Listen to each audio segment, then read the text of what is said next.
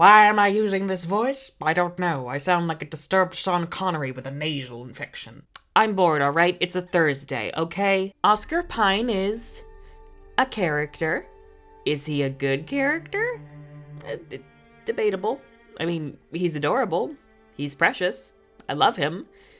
But he's also got a lot of problems, and not minor ones. Today, we're gonna discuss those problems and how to potentially fix them in Volume 7, because our precious farm child deserves better, and I ain't here for victim blaming.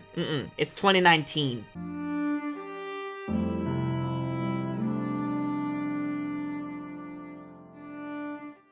Ozpin has existed since pretty much the beginning of time, and all of our problems are pretty much his fault.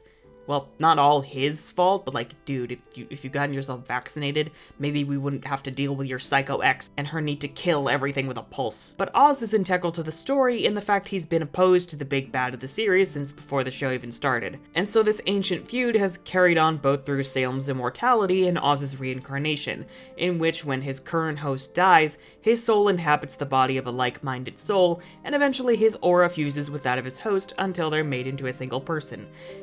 It's kind of horrifying. This is where Oscar comes in. He's similar to RWBY in that he seems to want to be a huntsman, or at the very least get out and see the world, not too unlike every Disney princess ever. I want much more than this provincial life. Hello, I'm Professor Oscar. However, when the opportunity for this adventure comes in the form of a creepy old man inhabiting his brain cage, it's not so much a fun chance at his dreams as much as an obligation to risk his life and possibly die horrifically or else face the end of the world.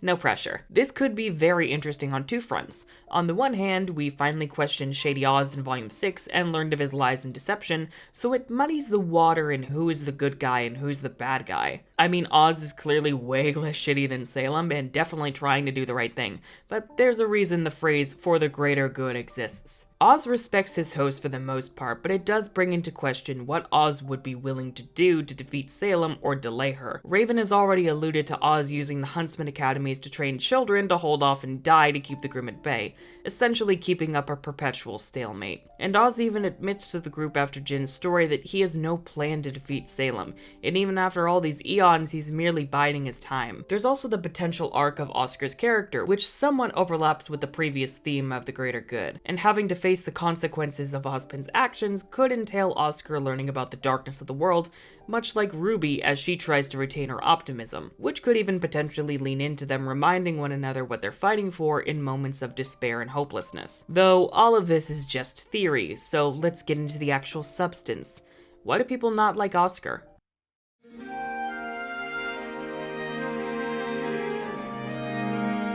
The biggest issue with Oscar is not that he lacks character depth, development, or arcs.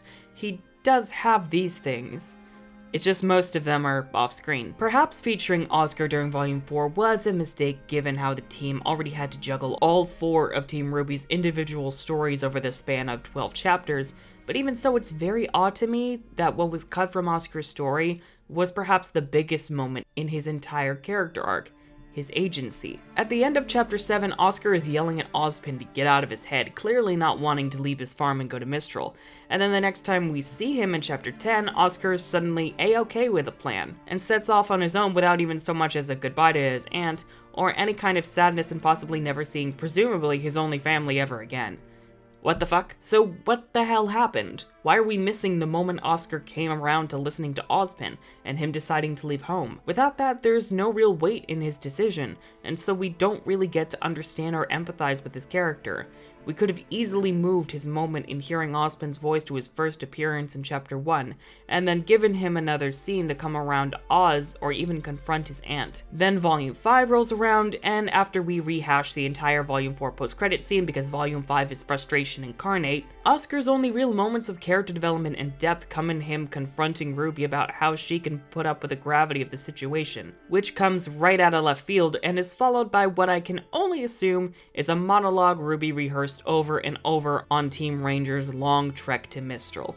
confronting Lionheart, in which Leo gives no real reason for turning on Ozpin and fights so poorly we all wonder how he ever came to run a Huntsman Academy, and his hollow assertion to Hazel on the burden of choosing to become a huntsman or huntress. For most of Volume 5, Oscar is nothing more than a vessel for Ozpin to give boring exposition dumps, which we've heard 7 times already. Exactly 7? I don't know, but a lot. And when he does get a moment, it's out of nowhere and again has little to no resonance. Most of the characters talk past Oscar to only focus on Ozpin.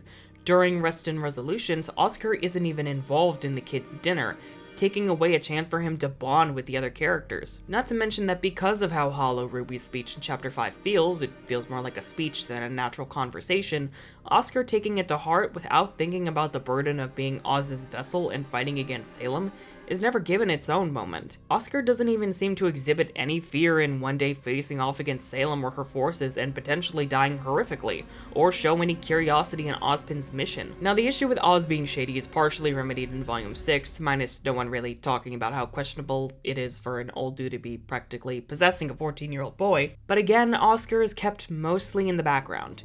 He has a nice moment in Chapter 4. I'm just going to be another one of his lives, aren't I? Of course not. You're your own person. Don't lie to him, Ruby. We're better than that.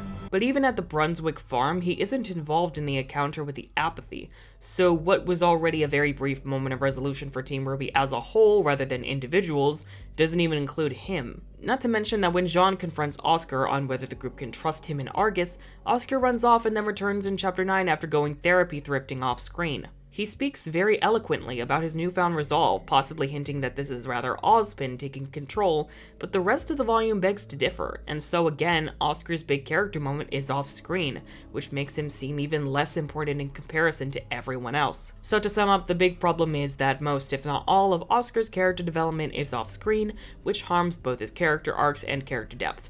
Because of this, it becomes very difficult to be invested in his character, or to care about him, or to even consider him important to the plot beyond his role as Ozpin's latest vessel. So, what do?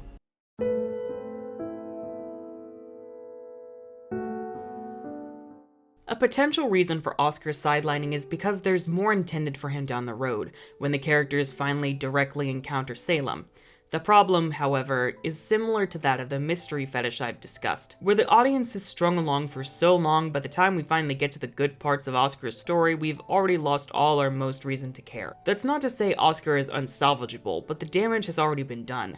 So now that we've identified the problem, let's try to rectify it. Firstly, by giving Oscar much more focus and establishing where he is right now and his journey to get here. Potentially, we could have a flashback to his decision to leave home, which, while it would still be 3 years too late, would still be something in contrasting where Oscar began and where he is at the start of Volume 7. This would then lead into whatever his arc for Volume 7 is, which ideally would be in him confronting the reality of having to face Salem and answer for Ozpin's mistakes, and finding new ways to tackle the problem that Oz has never thought of before, ideally alongside RWBY. In other words, basically give him the arc that we all wanted him to have in Volume 6, just more plot relevant now that the Fall of Atlas is on its way. Even the angle of Oscar's identity as one of Ozpin's vessels could come into play, as this status is revealed to General Ironwood. Oscar could learn about Ozpin from the people who knew him and come to terms with the situation he's confronted with. So basically, Oscar's big problem is his neglected moments of character development, and to remedy this, we need to emphasize Oscar's journey that we've wanted to address,